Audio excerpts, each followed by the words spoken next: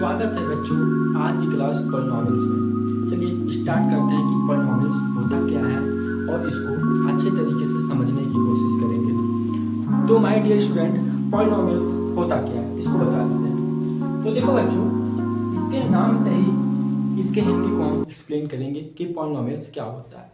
ये है पॉलिनॉमियल, जिसका हिंदी होता है बहुपद। देखो, पॉली का मतलब हो गया बहु और नॉमियल्स का मतलब हो गया मेनी, यानी टर्म। जिसके बहुत सारे टर्म हो, जिसके बहुत सारे पद हो बच्चों, उसी को क्या बोलते हैं? पॉलिनॉमियल्स बोलते हैं। क्लियर? Exact clear. चलिए देखते हैं। इसके दो पॉइंट मैंने बनाया बच्चों। जैसे कि किसी चीज को ट्राई करने के लिए हम लोग क्या करते हैं, मान लो कोई खेल खेलते हैं, तो उसके लिए हम लोग क्या करेंगे? खेल खेलने के लिए क्या करेंगे? खेल खेलने के लिए हम लोग उसके बिंदु को जानते हैं कि क्या होता है, कैसे खेला जाता है। उसी तरह पॉलिनॉमियल्स को के चैप्टर को पढ़ने के लिए बच्चों हमें पॉलिनॉमियल्स के कुछ महत्वपूर्ण बिंदु को याद रखना होता है। क्या होता है सर, जरा एक्सप्लेन करिए इसको। ठीक है, आइए स्टार्ट करते हैं।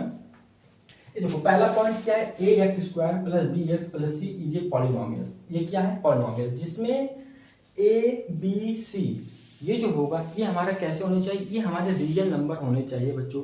कौन से नंबर होने चाहिए? रियल नंबर होने चाहिए।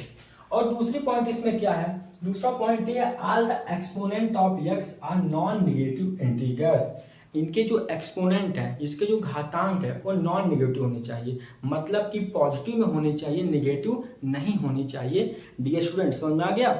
चलिए, समझ तो आ ही रहा होगा। आगे बताते हैं। इसके कुछ बिंदु हैं। एक बिंदु है, इसमें नंबर आता है। दूसरा लेटर होंगे। तीसरा पावर होगा। चौथा ऑपरेशन होगा। ऑपरेशन का मतलब क्या? जैसे प्लस और माइनस, ये जब तक नहीं जुड़ेंगे किसी टर्म के साथ, तब तक दूसरा टर्म नहीं कहलाएगा बच्चों। जब ये जुड़ जाएंगे तब ये क्या कहलाएगा? हमारा टर्म कहलाएगा। अच्छा, नंबर में जैसे 1 आ जाएगा, 2 आ जाएगा, 3 आ जाएगा। लेटर एक्स वाई जेड ये हो जाएगा। पावर स्क्वायर हो गया, 1 हो गया, ये हमारे पावर कहलाएंगे। तो बच्चों, हम लोग देखते हैं इसमें कि क्या क्या चीजें और आ सकते हैं। दो चीजें आ सकते हैं, एक हमारा वेरिएबल आएगा, एक कांस्टेंट आएगा। क्या आएगा सर? वेरिएबल। वेरिएबल क्या आएगा बच्चों? वेरिएबल आएगा। दूसरा कांस्टेंट, ये हमारे आएंगे। वेरिएबल क्या होता है और कांस्टेंट क्या होता है? जिसकी वैल्यू, मैं वेरिएबल की बात कर रहा हूं बच्चों, जिसकी वैल्यू क्या रहे, जिसकी वैल्यू चेंज होती रहे, बदलती रहे, वो हमारा क्या कहलाएगा? वेरिएबल कहलाएगा। जैसे एक्स हो गया, वाई हो गया, जेड हो गया। समझ में आ रहा है बच्चों? क्या हो गया? एक्स वाई जेड, ये हमारे वेरिएबल है, जिनकी वैल्यू क्या होती रहेगी बच्चों? चेंज होती रहेगी। क्लियर? ओके, बने रहिएगा, मैं बताने की कोशिश कर रहा हूं आगे क्या होगा। कांस्टेंट क्या होगा? जिनकी वैल्यू चेंज ना हो, कांस्टेंट रहे, निश्चित रहे, वो हमारा क्या कहलाएगा? कांस्टेंट कहलाएगा। जैसे 1 2 3, ये हमारे कांस्टेंट कहलाएगा। जो हम लोग पढ़ने जा रहे हैं टाइप्स ऑफ पॉलिनॉमियल्स के बारे में, कि पॉलिनॉमियल्स के प्रकार कितने होते हैं। तो इसमें दो चीज होती है, एक टर्म के आधार पर, दूसरा एक्सपोनेंट के आधार पर। चलो पहले पढ़ते हैं टर्म के आधार पर। तो क्या होगा सर? Types of polynomials. किसके आधार पर बच्चों? Basis of term. तो ये हो गए पॉलिनॉमियल्स के टर्म के आधार पर प्रकार। अच्छा सर, कौन कौन से होंगे, इसमें कितने होंगे? जरा इसको अच्छे से हमें समझाइए। तो मेरे प्यारे बच्चों, इसमें 3 प्रकार के होते हैं। पहला क्या होगा? पहला इसे बोलते हैं मोनोमियल बोलते हैं, जिसको हिंदी में अगर हम बात करें, एक पदी। क्या बोलते हैं बच्चों? एक पदी। दूसरा क्या होता है सर? बायोनॉमियल। क्या होता है? बायोनॉमियल। इसको क्या बोलते हैं सर? द्विपदी। हिंदी वाले जरा गौर से देखिएगा, क्योंकि सबसे दिक्कत आप ही लोग को होने वाली है। मजाक कर रहा हूं, ऐसा कुछ नहीं होगा। चलो, तीसरा क्या होगा सर? ट्रिनोमियल। ट्रिनोमियल, जिसको बोलते हैं त्रिपदी। चलिए सर, आपने तो बता दिया 3 प्रकार के होते हैं, जरा इनको अच्छे से एक्सप्लेन करिए कि कैसे क्या क्या होते हैं। तो मेरे प्यारे बच्चों, मोनोमियल को हिंदी में एक पदी बोलते हैं। अच्छा, पद यानी टर्म जिसके एक टुकड़े हो, जिसके एक टुकड़े हो उसी को क्या बोलते हैं? टर्म बोलते हो। जैसे एक्स, वाई, जेड, इसमें देखो ये एक टुकड़ा है, ये अलग टुकड़ा है, इसका मतलब ये हमारा क्या कहलाएगा? ये मोनोमियल कहलाएगा, एक टर्म कहलाएगा। दूसरा क्या होगा? बायोनोमियल। मैं बायो से रिलेट कराऊंगा आप लोग को। बायो साइकिल देखिए आपने, कितने पहिए होते हैं? इसमें 2 पहिए होते हैं। तो इसका मतलब जिस भी पॉलिनोमियल्स में 2 टर्म होते हैं उसको क्या बोलते हैं? उसी को बायोनोमियल बोलते हैं। जैसे x+1, ये देखो इसमें 2 टर्म है।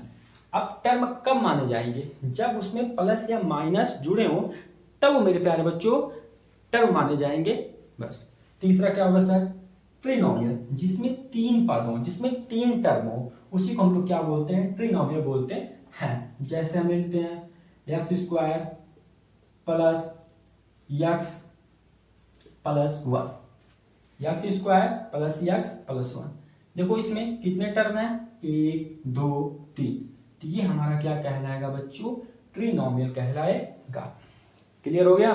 कोई डाउट? ओके, चलिए अब हम बताते हैं एक्सपोनेंट के आधार पर पॉलिनोमियल्स कितने प्रकार के होते हैं। इसे इरेज कर देते हैं बच्चों।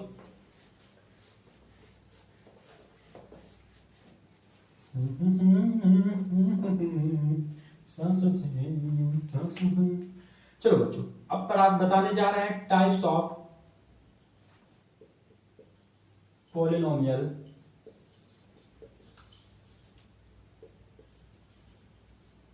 Basis of the exponents. अच्छा बच्चों, टर्म के आधार पे पढ़ लिया, एक्सपोनेंट के आधार पे पढ़ लीजिए। एक्सपोनेंट का मतलब होता है घातांक, घात के आधार पर। तो इसमें भी बच्चों मेरे 3 ही होते हैं। कौन कौन से होंगे? पहला होगा लीनियर, दूसरा होगा क्वाड्रेटिक, तीसरा होगा क्यूबिक। क्यूबिक, क्यूबिक, ठीक है।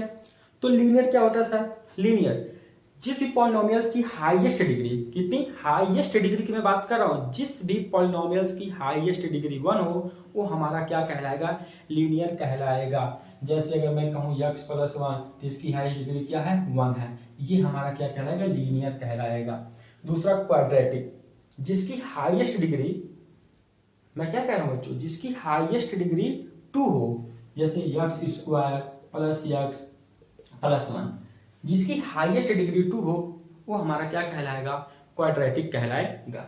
क्यूबिक क्या होगा सर? जिसकी हाईएस्ट डिग्री मेरे प्यारे बच्चों क्या होनी चाहिए? 3 होनी चाहिए, वो हमारा क्या कहलाएगा? क्यूबिक कहलाएगा। क्लियर है बच्चों? अच्छा ठीक है, हमने सब जान लिया, एक्सपोनेंट भी पढ़ लिया, क्यूबिक भी पढ़ लिया। अब क्या आएगा सर? अगला टॉपिक क्या होगा? इसको क्लियर करते हैं। चलो बताते हैं क्या होगा अगला टॉपिक।